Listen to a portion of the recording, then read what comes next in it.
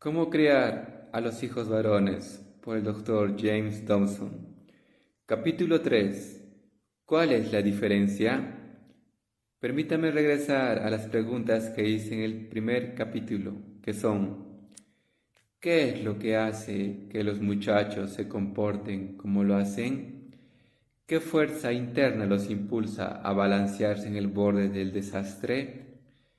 ¿Y qué es lo que hay en el temperamento masculino que impulsa a los muchachos a desafiar a la ley de la gravedad e ignorar la tierna voz del sentido común que dice: no lo hagas, hijo? También podríamos preguntar por qué los muchachos tienen la tendencia a ser competitivos, agresivos y energéticos. ¿Y por qué les gustan los autos, los camiones, las armas de fuego y las pelotas? Las respuestas a cada una de estas preguntas se encuentran en tres características físicas y procesos que operan desde adentro, como se describen más adelante.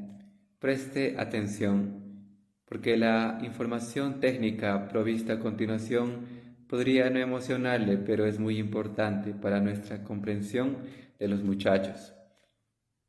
El primer factor que se debe considerar es la hormona testosterona, la cual es responsable en gran parte de la masculinidad. Aunque existen pequeñas cantidades de la misma en los cuerpos de las niñas y las mujeres, aparece a las 6 o 7 semanas después de la concepción, cuando técnicamente todos los embriones son femeninos. Es entonces que ocurre un impresionante aumento de testosterona en los embriones que han heredado un cromosoma Y o masculino.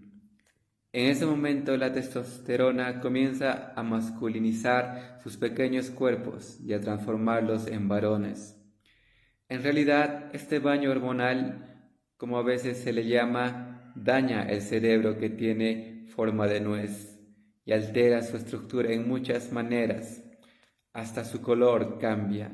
El cuerpo calloso, que es la lámina de fibras nerviosas que conecta los dos hemisferios, es hecho menos eficiente.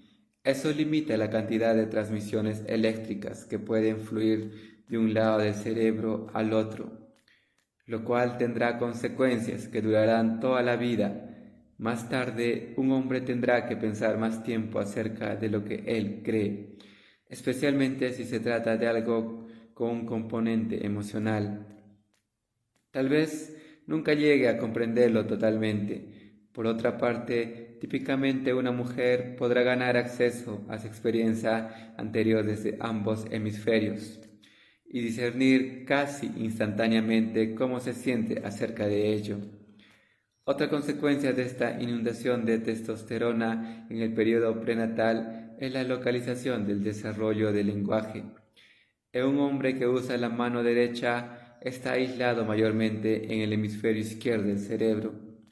En una mujer está mejor distribuido en ambos lados. Por esto, probablemente ella se expresará mejor que él desde la infancia. Yo aprendí esa realidad de una manera bastante difícil.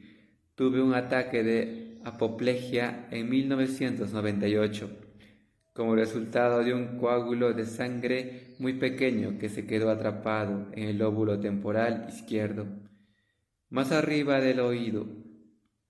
Ese ataque afectó por completo mi habilidad para hablar, escribir o hasta para pedir agua. El neurólogo dijo que yo había perdido lo que se le llama la corteza cerebral de la elocuencia, es decir, el área del cerebro que es responsable del complejo pensamiento creativo.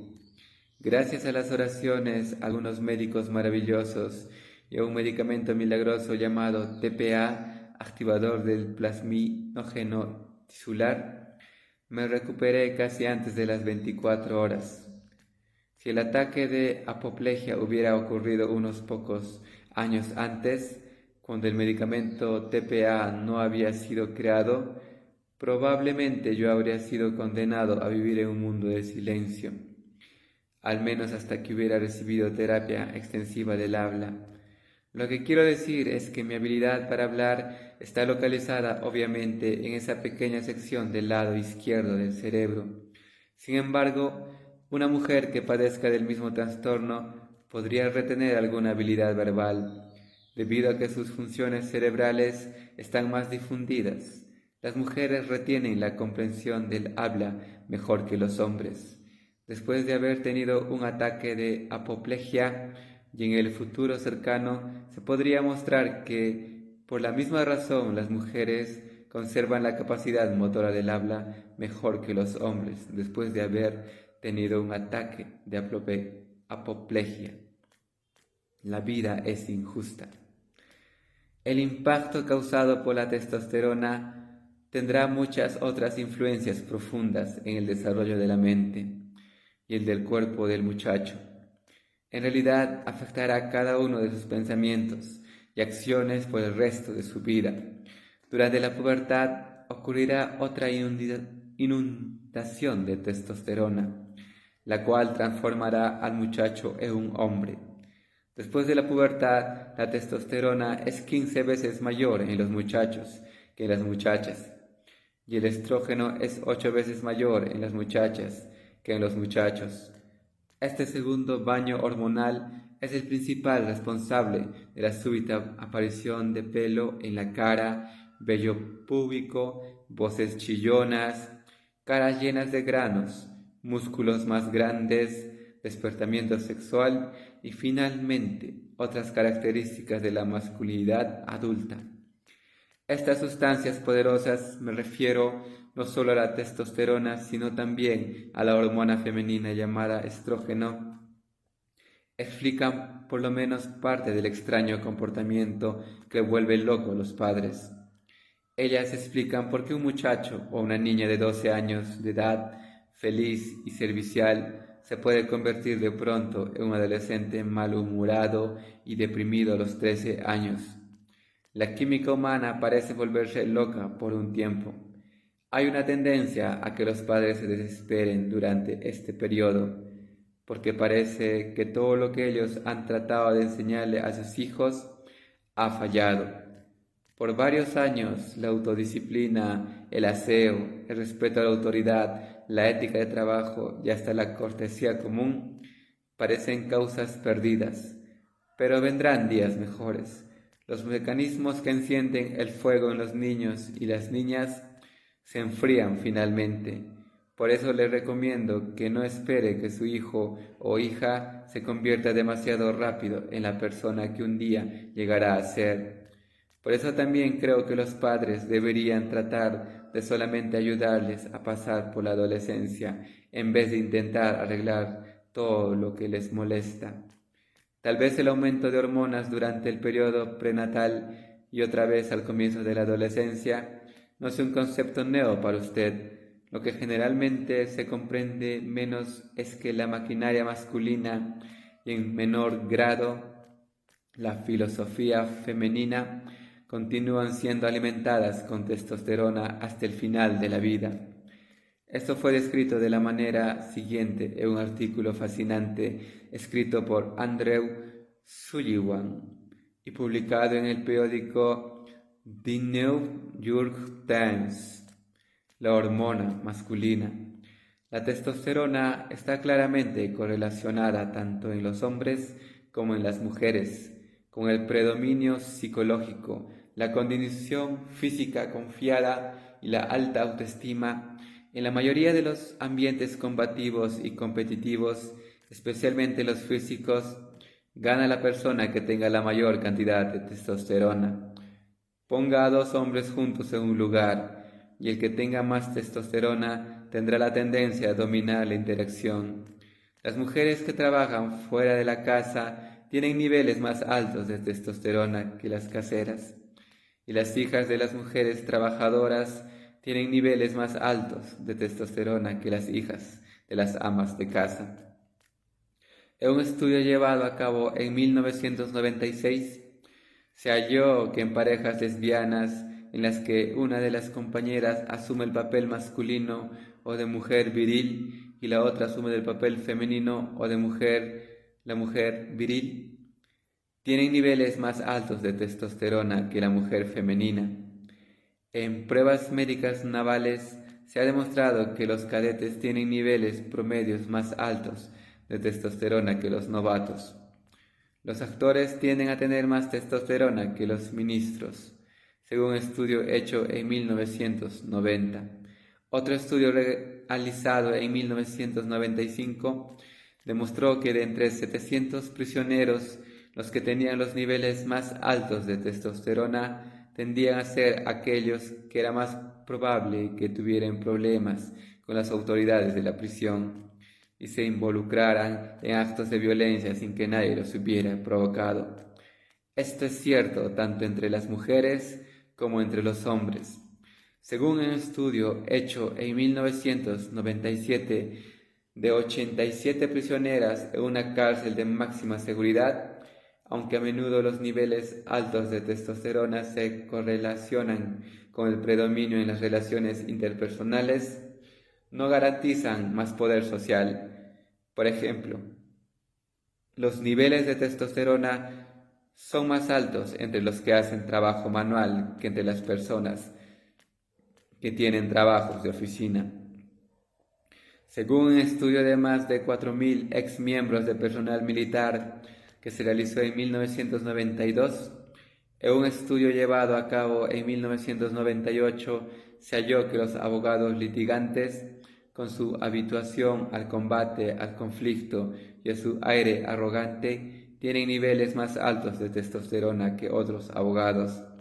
Hasta es posible decir quien ha ganado un partido de tenis sin ver el juego, solamente revisando hasta el final del partido muestras de saliva llenas de testosterona antes del partido.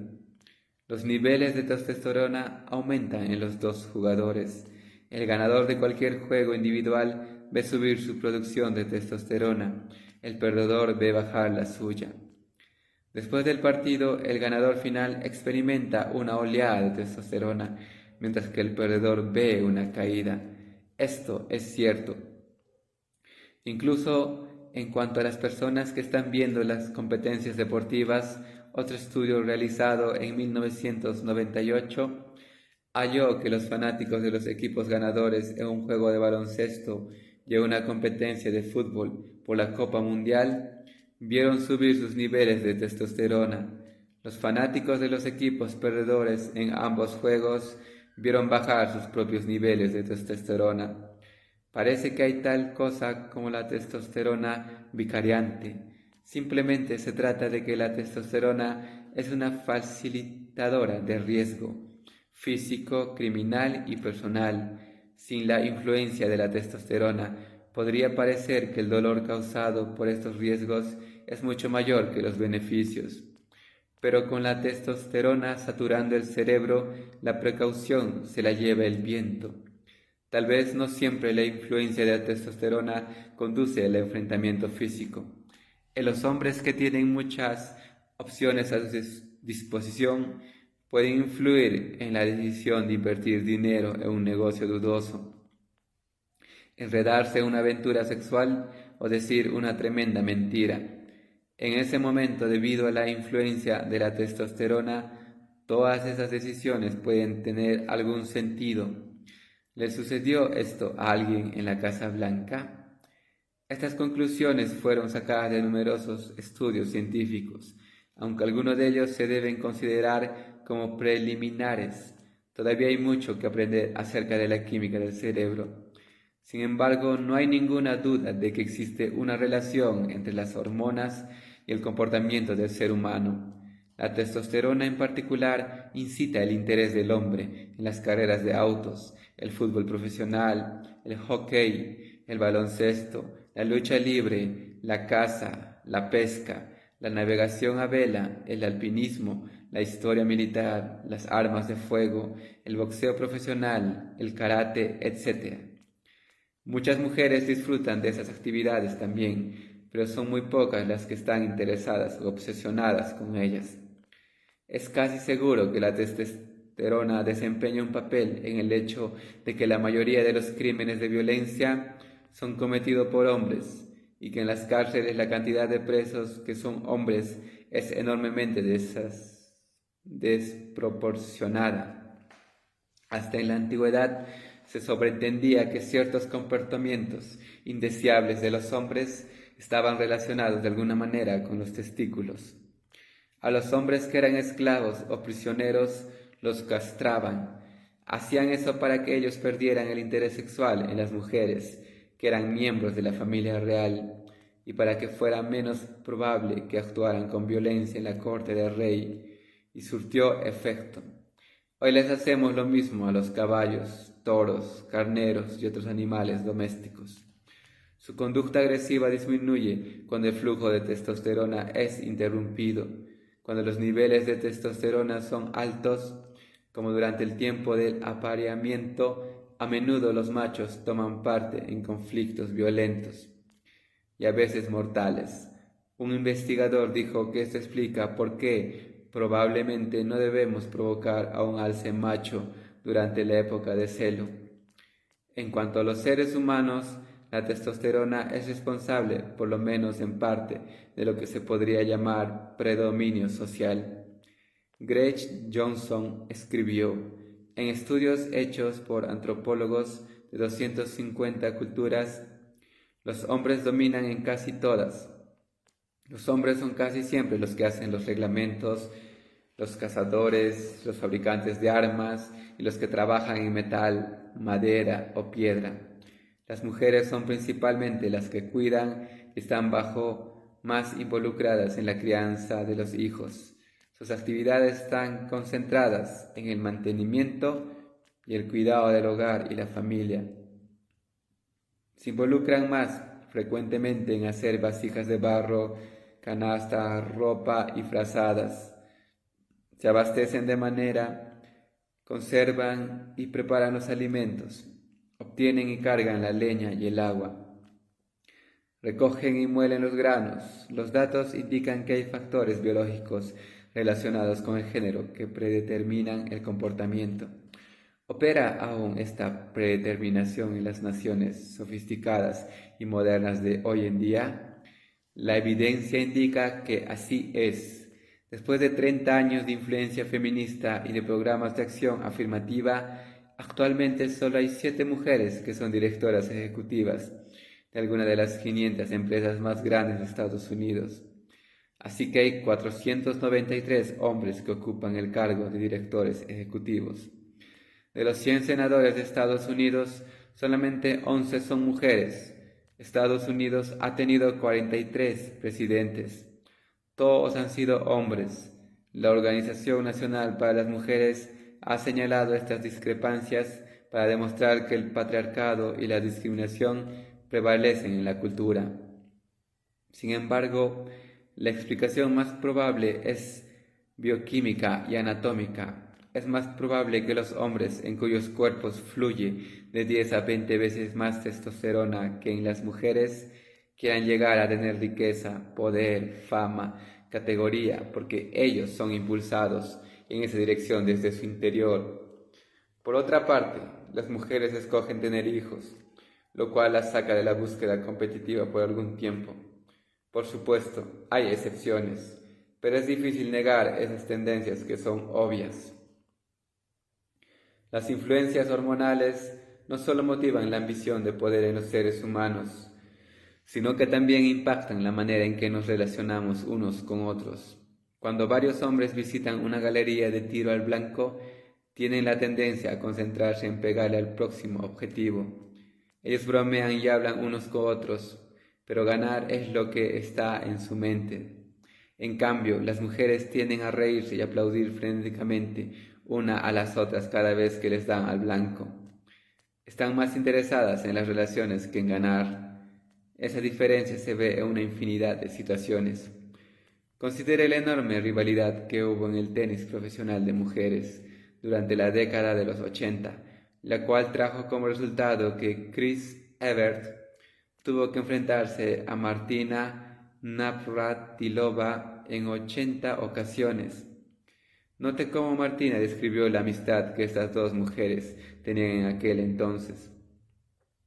Nosotras siempre fuimos muy respetuosas de los triunfos y de la tristeza de la otra.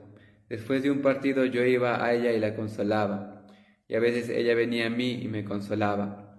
o me dejaba una nota, o yo le dejaba una nota, sencillamente para decir lo siento, o algo por el estilo. Estoy segura de que me vas a ganar la próxima vez. Dejábamos la nota en la bolsa de la otra en el vestuario. De vez en cuando nos enviábamos champán la una a la otra. Nos tratábamos muy amablemente. Compare esa amabilidad con la manera en que Jimmy Connors y John McEnroe se relacionaron durante sus años como jugadores. En su libro titulado Playing with Pure Passion, jugando con pura pasión, John escribió lo siguiente acerca de sus ataques verbales en la cancha. Finalmente yo estaba tan entregado a mis demostraciones de mal genio que creía realmente que estaba haciendo lo correcto. Y luego era verdaderamente como una mala costumbre, como no poder dejar de fumar. Creo que la gente se relacionaba conmigo. Soy una persona sincera, no alguna clase de farsante. Cuando uno está en la cancha y hay una temperatura de 38 grados y un tipo le está lanzando pelotas a 160 kilómetros por hora, en lo colorado del momento uno dice cosas diferentes de las que diría cuando más tarde se puede sentar tranquilo. En mi primer torneo de tenis de alta categoría en la ciudad de Wimbledon, cuando llegué a las semifinales y jugué contra Jimmy Connors, estaba preocupado acerca de estar en el mismo vestuario con él, que tal vez me liquidaría. Si las miradas pudieran matar, yo habría quedado tirado en el suelo. Me di cuenta de que había otro juego totalmente distinto antes de llegar a la cancha. Algunas veces hablar con la prensa era más difícil que jugar el partido. Esta vez Jimmy me intimidó, pero más tarde, cuando gané mi primera competencia de alta categoría, me di cuenta de que los jugadores eran mucho peores de lo que pensé y yo era mucho mejor. ¿Puede usted imaginarse a John dejando una nota en la bolsa de Jimmy diciéndole siento mucho que perdiste o estoy seguro de que me ganarás la próxima vez? De ninguna manera. La competencia para ellos no era solamente un partido de tenis, era un enfrentamiento de titanes en un campo de batalla. No todos los atletas masculinos son tan feroces como Connors y McEnroe, y también algunas mujeres pueden ser bastante desagradables en la cancha, pero es más probable que los atletas masculinos manifiesten el impulso competitivo en maneras contenciosas. Yo solía jugar baloncesto con un hombre que había sido un jugador de clase internacional y que es una de las personas más amables que he conocido. Él literalmente es capaz de darle hasta la camiseta a alguien. Pero cuando estaba en la cancha se volvía malo. Humillaba a cualquiera si podía, y por lo general podía. Yo le hacía bromas acerca de la delgada capa de amabilidad que desaparecía cuando él estaba en lo acalorado de la competencia. Sin duda había enormes cantidades de testosterona y adrenalina fluyendo por sus venas masculinas. ¿Y qué acerca de los muchachos? Si la hormona masculina puede tener esta clase de influencia en los hombres hechos y derechos, ¿cómo afecta el comportamiento de los muchachos? Bastante de la misma manera. La mayoría de los expertos cree que la tendencia que los muchachos tienen a arriesgarse, ser más energéticos, pelear, competir, discutir, jactarse y sobresalir en ciertas habilidades tales como resolver problemas, matemáticas y ciencia está relacionada directamente con la manera en que el cerebro está estructurado y con la presencia de la testosterona. Esto puede explicar por qué los muchachos son tan intranquilos cuando están en el aula y por qué algunos maestros les dicen que parece que tienen lombrices. El problema es que a los muchachos se les enseña a tal ritmo que les resulta difícil adaptarse. La testosterona tiene que ver también con el deseo que cada muchacho tiene desde muy temprano de ser el tipo más fuerte y valiente del barrio. Esa es la manera en que Dios los hizo. La serotonina. Consideremos brevemente otra hormona que afecta el comportamiento humano. Se llama serotonina y lleva información de una neurona a otra. Por lo tanto, se le llama neurotransmisora. El propósito de la serotonina es calmar o apaciguar las emociones y ayudar a la persona a controlar su comportamiento impulsivo. También facilita el tener buen juicio. Estudios realizados con monos salvajes revelaron que era más probable que los que tenían niveles bajos de serotonina dieran saltos peligrosos de rama en rama. Bastante parecido a lo que yo hice en el peral, ¿no es cierto? Ratas con insuficiente serotonina tenían la tendencia a ser más agresivas y violentas. Estudios del fluido espinal de asesinos indicaron que muchos de ellos tienen niveles muy bajos de esta hormona, al igual que los incendiarios y aquellos que se enojan fácilmente. La depresión y las tendencias suicidas están relacionadas con la insuficiencia de serotonina. Si la testosterona es la gasolina que le suministra energía al cerebro, la serotonina reduce la velocidad y le ayuda a uno a conducir. Y usted adivinó, típicamente las mujeres tienen niveles más altos de ella que los hombres. La amígdala cerebral.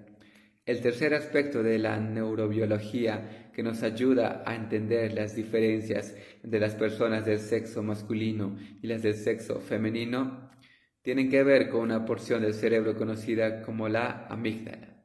Es una estructura más o menos del tamaño de una almendra que funciona como una pequeña pero poderosa computadora emocional.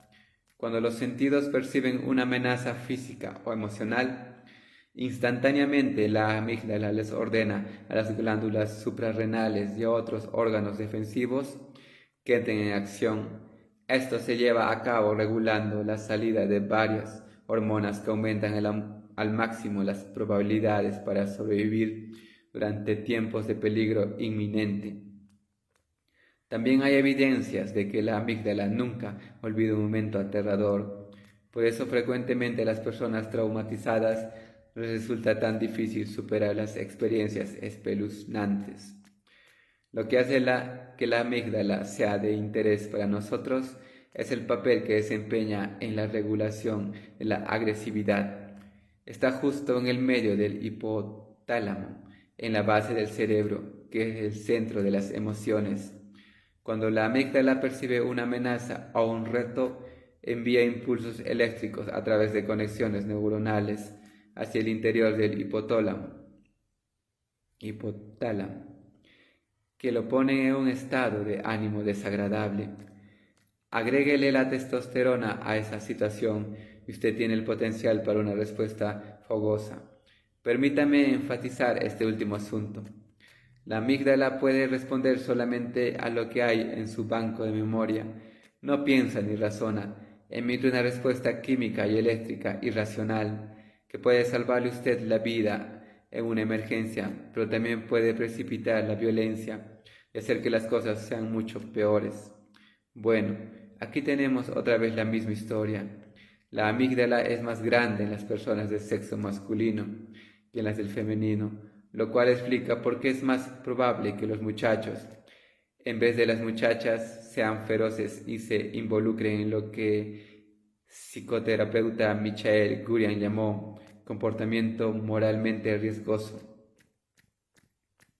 En resumen, hemos considerado tres componentes críticos de la neurofisiología masculina: la testosterona, la serotonina y la amígdala. Juntos determinan lo que significa ser una persona del sexo masculino y por qué los muchachos son una raza distinta. Después de haber considerado lo que podría verse como las desventajas de estas características, debo apresurarme a decir que los muchachos y los hombres tienen también algunas ventajas debido a la especialización de sus cerebros. Ellos son típicamente mejores que las muchachas y las mujeres en matemáticas, ciencia, relaciones espaciales, lógica y razonamiento. Por eso la mayoría de los arquitectos, matemáticos y científicos físicos son hombres. También es interesante que los hombres son más sensibles a las historias que las mujeres. Cuando se reúnen comparten experiencias que les comunican significado emocional, mientras que las mujeres nunca hacen esto. Las mujeres conversan más abiertamente acerca de sus sentimientos. En vez de jugar el juego llamado ¿puedes superar esto? En resumen, los sexos son muy, pero muy diferentes, de manera que nunca podremos entender totalmente. ¿Qué podemos decir entonces? ¿Es la masculinidad buena o mala, correcta o incorrecta? ¿Son los muchachos biológicamente defectuosos? A primera vista parecería que las muchachas tienen todo bien. Por regla general, ellas cometen menos errores, corren menos riesgos, son mejores estudiantes, son más amables y son menos impulsivas que los muchachos. ¿Fue la testosterona uno de los grandes errores de Dios? ¿Sería mejor si los muchachos fueran más parecidos a las muchachas y los hombres fueran más parecidos a las mujeres? ¿Se debería afeminar, emascular y debilitar a los hombres? Eso es precisamente lo que parece que algunas feministas y otros liberales sociales piensan y quieren que nosotros creamos. Como hemos visto, algunos de ellos están tratando de reprogramar a los muchachos para hacerlos menos competitivos, menos agresivos y más sensibles. ¿Esa es una idea buena? Por supuesto que no. En primer lugar, porque contradice la naturaleza masculina y nunca tendrá éxito. Y en segundo lugar, porque los sexos fueron diseñados cuidadosamente por el Creador para equilibrar los puntos débiles del otro y satisfacer las necesidades del otro. Sus diferencias no son resultados de un error evolutivo, como comúnmente se supone hoy. Cada sexo tiene un propósito especial en el gran diseño divino. Cuán increíblemente creativo ha sido Dios al haber puesto una forma diferente de dominio en cada sexo, para que haya un equilibrio entre los dos. Cuando se unen en matrimonio para formar lo que las escrituras le llaman una carne, se complementan el uno al otro. No sería aburrido si los hombres y las mujeres fueran idénticos, como han afirmado las feministas, pero no es así, y gracias a Dios que no es así. Considera nuevamente las tendencias básicas de la masculinidad y la feminidad, puesto que las mujeres tienen el privilegio y la bendición de tener hijos. Están predispuestas a la regularidad, la estabilidad, la seguridad, la precaución y la sensatez. La mayoría de ellas valoran las amistades y la familia por encima de los logros o las oportunidades. Por eso, frecuentemente no les gustan los cambios y resisten a mudarse de una ciudad a otra. El temperamento femenino se presta al cuidado, a la actitud servicial, la sensibilidad, la ternura y la compasión. Esas son precisamente las características que sus hijos necesitan que ella tenga durante los años del desarrollo de ellos. Sin la suavidad de la feminidad, el mundo sería un lugar más frío, legalista y militarista. Por otra parte, los hombres han sido diseñados para un papel diferente. Ellos valoran el cambio, la oportunidad, el riesgo, la especulación y la aventura. Están diseñados para proveer físicamente para las familias y para protegerlas de daños y peligros. El apóstol Pablo dijo: el que no provee para los suyos, y sobre todo para los de su propia casa, ha negado la fe y es peor que un incrédulo. Primera de Timoteo, capítulo 5, verso 8. Esta es una misión divina. En las Escrituras los hombres han sido ordenados también para el liderazgo en sus hogares, el cual deben expresar dentro del marco del servicio. Frecuentemente, aunque no siempre, los hombres son menos emotivos en una crisis y más confiados cuando se les reta. Un mundo sin hombres sería más estático y poco interesante. Cuando mi padre murió, mi madre dijo con lágrimas en los ojos: él trajo tanto entusiasmo a mi vida. A menudo esa característica es atractiva para las mujeres. Cuando estos temperamentos que están vinculados con el sexo funcionan en una familia como debieran, equilibran y fortalecen las deficiencias del otro. Por ejemplo, a veces un hombre se entusiasmará en cuanto a una empresa o una idea arriesgada que se le presente. Tal vez impulsivamente invierta todos los recursos de la familia en una sola apuesta. Por otra parte, su esposa ve los riesgos. Ella es más escéptica y precavida. Su renuencia está basada en cierta habilidad para percibir el peligro o los resultados negativos. Ella es particularmente buena para intuir el carácter de las personas. Una mujer dice: hay algo acerca de Carlos, o Juan, o Marcelo, que no me gusta. Sencillamente no confío en él. Tal vez no puede explicar por qué se siente así, pero frecuentemente su intuición es correcta. Y cualquier hombre que no considera por lo menos la perspectiva de su esposa se está privando de información valiosa. Por otro lado, si una mujer tiene que probar una idea antes que se eche a rodar, su esposo puede perderse oportunidades genuinas que estén a su disposición. Hay ocasiones en las que su espíritu de aventura debe triunfar sobre su escepticismo. En resumen, ni la mujer ni el hombre tienen el monopolio de la verdad. Sus temperamentos individuales están diseñados para moderarse mutuamente, no solo en cuanto a asuntos de negocios, sino también en casi todos los aspectos de la vida. Recientemente hablé con un matrimonio que comprendía muy bien estas tendencias contrastantes. Ellos dijeron que él era el pedal y ella era el freno. Ambos son vitales para operar un automóvil con seguridad. Si solamente tienen un acelerador, lo más seguro es que ocurra un choque. Si solamente tienen la habilidad para detenerse, nunca se moverán. Mi madre y mi padre eran como yin y yang. Ellos están en desacuerdo, respetuosamente en casi todo, desde cómo poner las cosas en el auto cuando iban de viaje hasta qué hotel escoger. Felizmente utilizaban sus diferentes perspectivas para provecho. Como mi padre dijo, cualquier propuesta que tenga la aprobación de los dos debe ser bastante buena. Eso nos trae de regreso a nuestra comprensión de los muchachos. Recordemos que ellos son hombres bajo entrenamiento. Su naturaleza agresiva está diseñada para un propósito. Los prepara para los papeles futuros de provisión y protección. Esta energía también edifica la cultura cuando es dirigida adecuadamente. Exhorto a ustedes, los que son padres, a que no tomen a mal o traten de eliminar la naturaleza agresiva y excitable que puede ser tan irritante. Ese temperamento es parte de un plan divino. Celébrelo, disfrútelo, dele gracias a Dios por él, pero comprenda también que hay que moldearlo y civilizarlo. Esa es la dirección en que iremos en los siguientes capítulos. Preguntas y respuestas. Nuestro pediatra nos dijo que él cree que tal vez nuestro hijo tiene el trastorno por déficit de atención con hiperactividad TDAH. ¿Puede usted decirnos qué se sabe acerca de este problema? El trastorno por déficit de atención TDAH parece ser un síndrome neurológico hereditario que afecta aproximadamente a 5% de los niños en Estados Unidos. Se refiere a personas que se distraen fácilmente, tienen poca tolerancia del aburrimiento o de la frustración y tienden a ser impulsivas e inconstantes.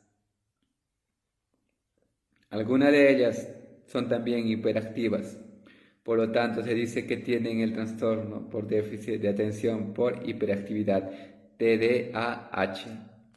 Estos niños tienen un patrón de conducta que los conduce al fracaso en la escuela y conflictos con sus padres. Tienen dificultad para terminar tareas, recordar detalles, fijar la atención en un libro o un trabajo, o hasta para permanecer sentados por más de unos pocos minutos. Algunos parecen estar impulsados desde su interior a medida que van rápidamente de una cosa a otra. A menudo son muy inteligentes y creativos, sin embargo se les ve como perezosos, perturbadores y terriblemente desorganizados. Con frecuencia, los niños que tienen el trastorno por déficit de atención, sin hiperactividad o con ella, padecen de baja autoestima porque los han acusado de ser haraganes, anarquistas, que se niegan a seguir las reglas.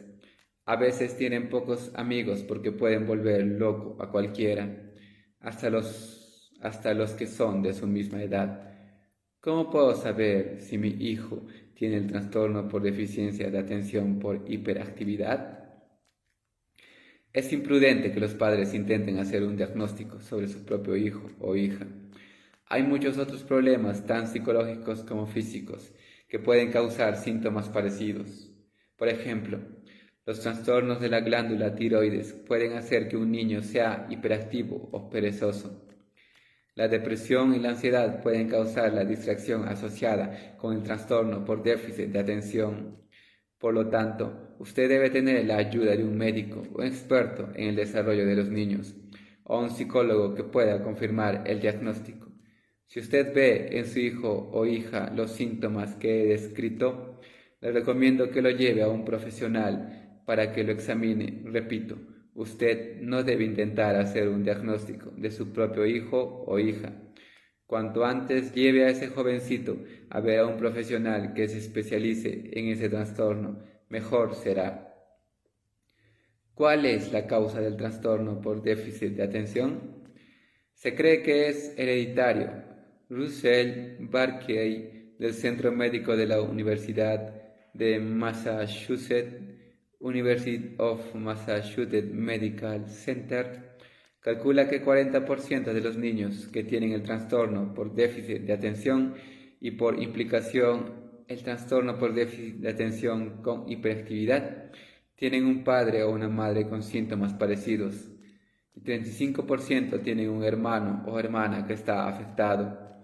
Si un gemelo idéntico está afectado, las probabilidades de que su hermano o hermana lo esté también es de 80 y 90%. Es 2 o 3 veces más probable que el trastorno por déficit de atención les sea diagnosticado a los muchachos que a las muchachas. No se sabe cuál es la causa del trastorno por déficit de atención, pero probablemente tiene que ver con diferentes sutiles en la estructura del cerebro, sus senderos neuronales, su química, su suministro sanguíneo o su sistema eléctrico. Mientras escribo estas palabras, están surgiendo algunas interesantes hipótesis, aunque aún se tienen que sacar conclusiones definitivas. He oído decir que el trastorno por déficit de atención es controversial y que pudiera ser que ni siquiera existe. Es obvio que usted no está de acuerdo con esto. Sí, no estoy de acuerdo, aunque este trastorno se ha puesto de moda y se tiende a diagnosticarlo excesivamente, pero cuando realmente un niño tiene este problema, le aseguro que no hay que convencer de ello a los padres ni a los maestros. ¿Desaparece el trastorno por déficit de atención a medida que los niños crecen? Antes creíamos que el problema era eliminado con el comienzo de la pubertad. Eso fue lo que me enseñaron en la escuela para graduados.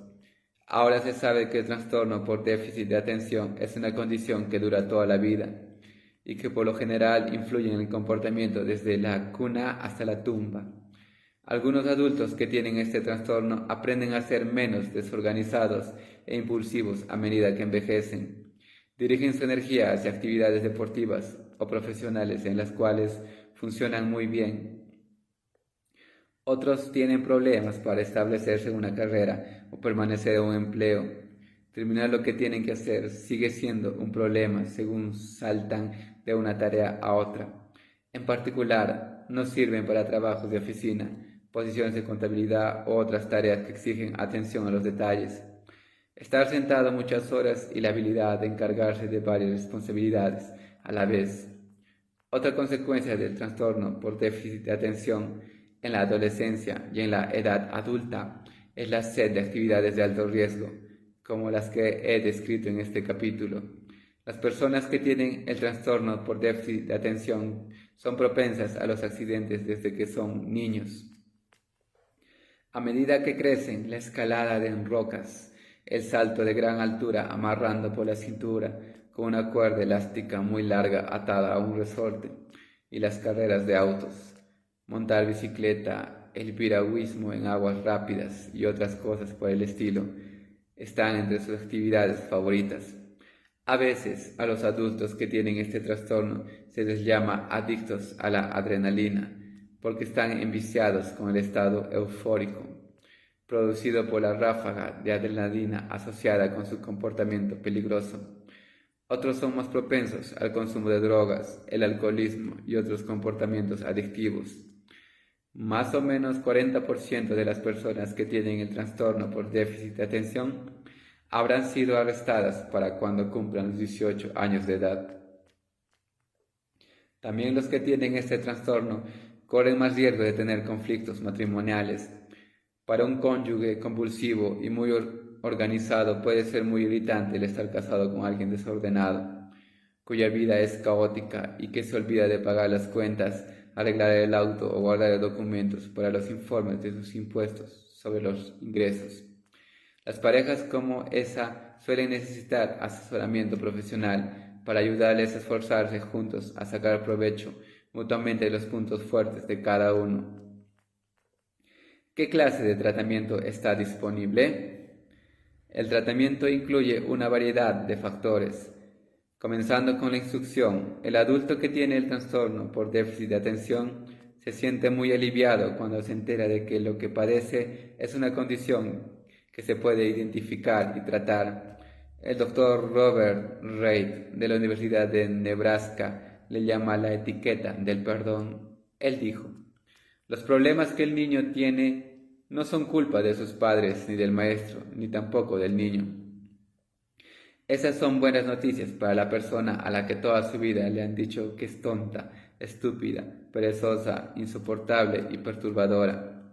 Entonces el primer paso para reconstruir el concepto que un adulto tiene de sí mismo es entender cuáles son las fuerzas que están operando en su interior. Mi consejo a esa persona y a su familia es: lean, lean, lean. ¿Le preocupa a usted Ritalin y otros medicamentos estén siendo recetados excesivamente? ¿Debo estar poco dispuesto a dárselos a mi hijo de 10 años que es muy hiperactivo?